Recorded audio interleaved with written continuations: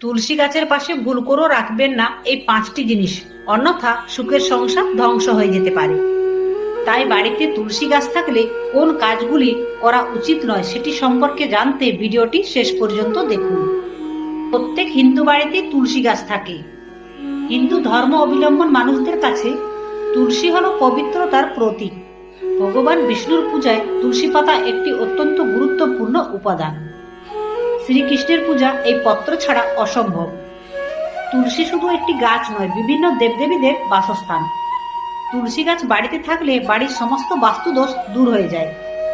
এবার বলি তুলসী গাছ বাড়িতে থাকলে কি কি করবেন না, কিন্তু তার আগে ভিডিওটিতে একটি লাইক করে কমেন্টে হরে কৃষ্ণ লিখে যাবেন।